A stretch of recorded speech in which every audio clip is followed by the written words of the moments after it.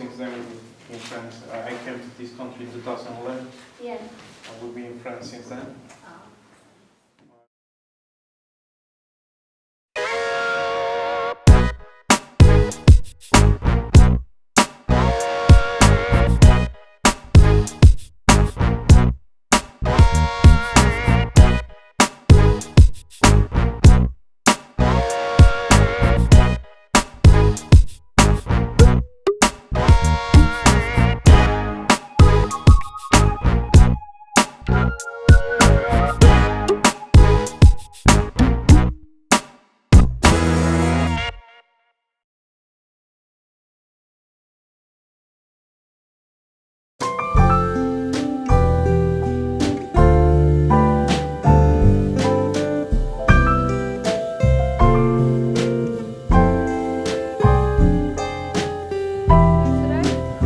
My name's Julia Millen and I live in Lincoln Street in Hanover.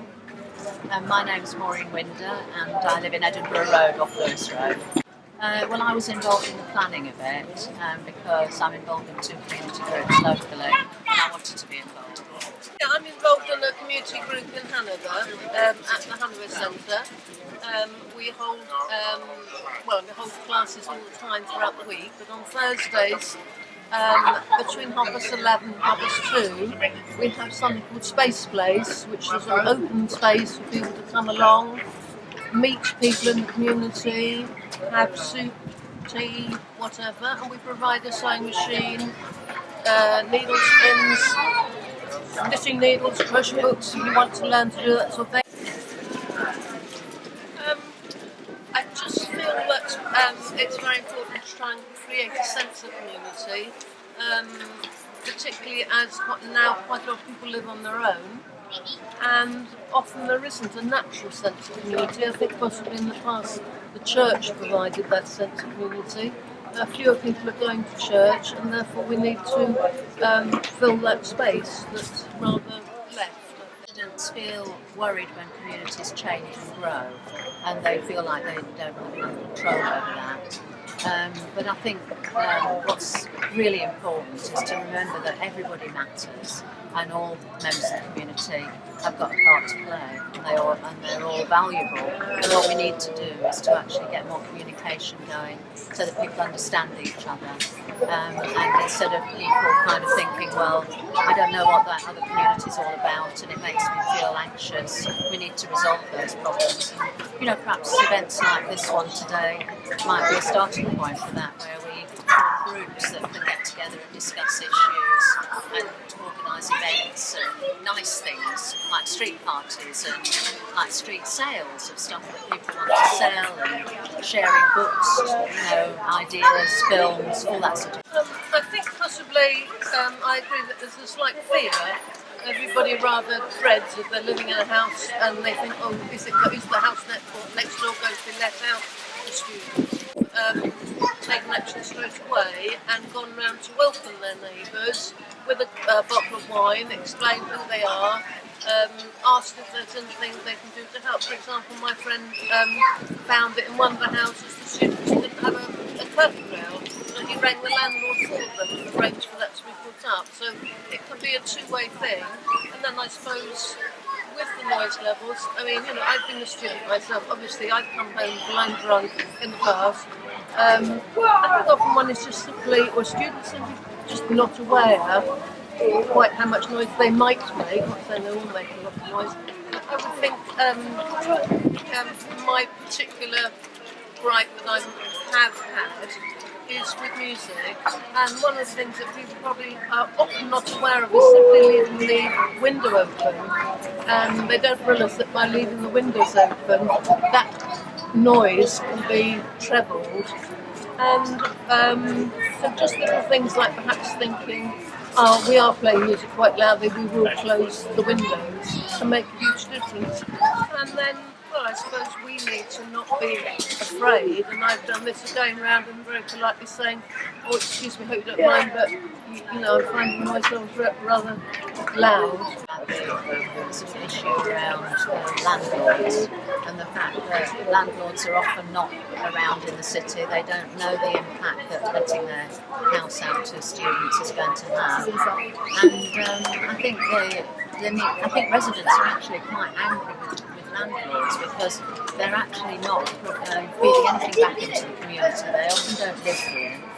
And they're not contributing anything. We're actually concerned about the conditions of some of the houses because they're not maintained very well. Some of them look really kind of grubby. Yeah, I mean, I live in quite a studenty area, so often hear them late at night shouting in the streets and stuff. I suppose they could be a bit quieter, but then again, I was like that once. I still am from time to time, just on the weekends because I'm working now. Normally they're just there for a 30-second whilst they're passing by, so it's not a big deal. But if they just hung outside for ages, I'd probably have to get up and have a word. But I'm sure they'd be fine if they got maybe students could be proactive and help keep the area tidy, litter picking or something like that to help residents. But obviously we've got to do that as well. Sometimes outside student houses there can be a lot of rubbish and stuff. Obviously just taking it down to the bins at the end of the road would be the best thing to do, especially if the Brighton Seagulls get in there and rip the bags up. Maybe be a bit more accepting of students to start with. I think a lot of people have a general kind of issue with students before they even move in, just because they automatically assume they're going to cause problems, rather than just giving them a chance, because everyone is different. Equally, non-students can be as disruptive as students can be, and maybe you've got to give them a chance to start with. We're all students once. I mean, I had a problem with my neighbours as a student. I didn't believe I did anything wrong. I was very respectful. So, just a mutual understanding really to start with. Hi, I'm Evelyn and I'm studying at Sussex, doing my Masters in Neuroscience. Hi, I'm Florence. I'm also studying at Sussex, doing anthropology. Hi, I'm Maud. I'm also studying at Sussex, doing English and Media. I was looking for a real job to get some money, and I met a nice lady, Christine, in the charity shop who was trying to help me out, trying to get me a job, getting me connected with a lot of people, and eventually I just fell in love with the atmosphere of the charity shop and I stuck there instead. Community means getting involved and knowing your neighbours, what's going on in the area, giving back to the community as well, helping out where you can. It can be nice to give back and meet different types of people, not just students, people that are working in the area, see what's going on. It can be quite good, so you find out things that you didn't know before. It's cool. It's building bridges, not building walls. The interconnections. Just getting to know each other, really, just taking the step to not be afraid of your neighbours, whether they're students or whether they're community members. Just get to know each other, because you'll probably find out that you have a lot in common, and you'll be able to work through issues a lot easier. What? The noise that is made from inside the houses. Brighton is a very close-knit town, so everyone is living within meters of one another, so the different times, being awake late nights, late mornings, it's difficult for families, and it's difficult for students to have to change as well. Bring round cakes. When you move into your house, bring them round, just chat to them, give them your phone number so that they can phone you directly, and ask them what is their preference. At the moment we have a neighbour who is so lovely. She doesn't mind if we have parties all night long in the garden, but she doesn't want us to run up and down the stairs. So now we're very careful. We know exactly what she finds annoying. That's great. If they do have a complaint or something they want to talk about, just feel free to drop around and talk to the students themselves. They're not completely alien or it's just really bad. They probably want to try and be considerate, so give them a chance and have a chat with them. Actually very friendly people. They can sometimes they can isolate us at times, occasionally it happens that if there's a problem, they'll call the police rather than coming over and talking to us, which is bad for both parties because the police are involved, and we've never had a conversation with each other. A lot of what you're really stressing out about, it can be cured with just one little conversation.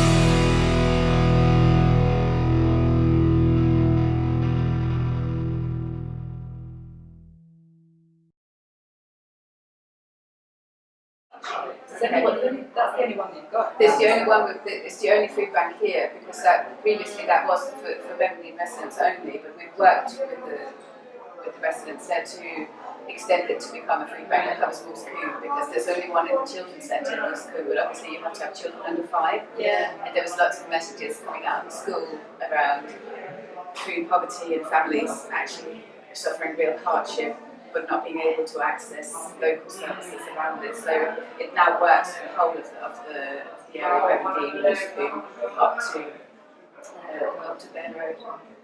And along Bates Estates as well. So there's a good one here in the one. So is it going to be posted here or? No, we did think about hosting it here, but we did do it at St Francis of Assisi Church. Yeah. Which works well despite by the schools. Yeah. People It's going to be easy access, isn't it? So will you run in Easter and? We're in every school holiday, so we're in October. Oh, you are in half term.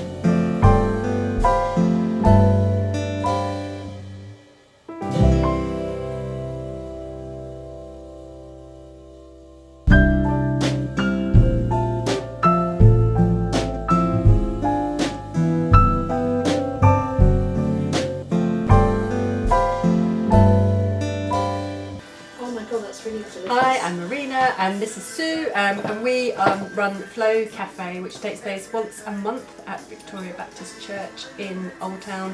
We run craft activities, knitting and crochet. We have kids doing football, tennis, table tennis. We invite charities once a month to come along to raise money, and we're also open just any ideas, and we just love anyone in the community to come along for a knit and natter session. There's free tea and coffee. There's occasionally we do cooked breakfast, but we always have sausage sandwiches, bacon sandwiches, and just lots of fun and just people getting to know each other and building on community. So yes, come visit us. I'm William. I'm here with Bikini Living. We're an organisation looking to support people in living long and living well.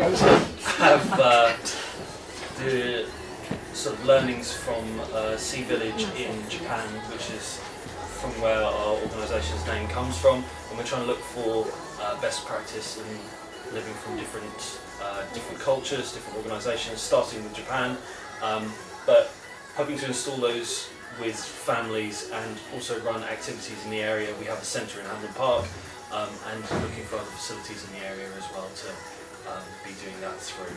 And students welcome, residents welcome, and just come and find us. Andy Durling from Eastbourne Friend of the Earth, and I'm the coordinator for the group. We're a group of local volunteers. We're a local group that's affiliated to the National Friend of the Earth charity, and basically we decide what we want to campaign on in the Eastbourne area. And we have people from all sorts of backgrounds, all ages, and we meet once a month at the town hall, so anybody can come along, and also we have social events. Once a month we meet up for a meal and a chat over drinks. Hello, I'm Carly and I work with Neighbourhood First for Eastbourne Borough Council. Just want to introduce Neighbourhood First as a council department where we look after the local environment and the amenities of the town. We're looking for students to come and work with us as an accredited volunteer. Please get in contact. We have lots of application forms. It's something good to put on your CV, and also to do some community work with lots of different projects. The email address is customerfirst@eastbourne.gov.uk. You can also telephone on 01323 410 000. We look forward to hearing from you. Edible Eastbourne are a voluntary not-for-profit community group who run projects around local food, initiate and advise local groups wanting to set up community growing spaces and raise awareness of the importance of locally grown and produced food. We're part of the Transition Town Eastbourne and the Incredible Edible Network, and we work in partnership with many local organisations, community groups, schools and charities to increase the opportunities for everyone to have access to fresh local food. So, I'm Robert McGowan from Bespoke Cycle Group here in Eastbourne. We've been going about 7 years, banging on about making it a safer and easier place for anybody to get around by bicycle. And we think the bike is a really good way of getting around a town like this. There's 100,000 people, it's fairly flat, the weather's as good as it gets in Britain. And it's very much set up for the car as things stand, and we think the bicycle is often a better and cheaper and more fun and healthier way of getting around.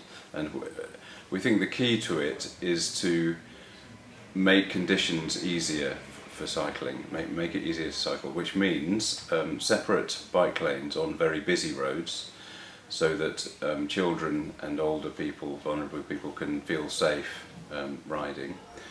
That also means good cycle parking near municipal buildings, offices, places where it's schools.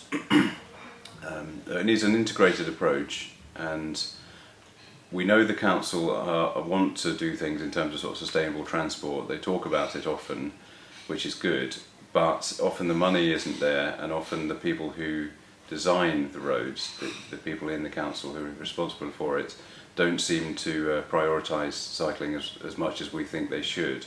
So part of our job is to sort of hold them to account, to ask them what they're doing, and constantly ask them what they're doing about cycling, and to scrutinise any proposals they might have for cycleways or cycle lanes, to make sure they're at the highest possible standard that everyone will feel safe using. So it's very important. For me, this isn't about me. I'm a cycler. I've always cycled. I'm a mammal, a middle-aged man in lycra or linen. I will always cycle, irrespective. But my mum and my daughter are not, but I'd like them to be, which is, in somewhere like Holland or Cambridge in this country, they would be cycling around to school or to work or short distance or shopping or all of those basic things. And I think it would be great if we could get to that point, and Eastbourne seems like a good place to start. I live here, and yeah, that's what we do.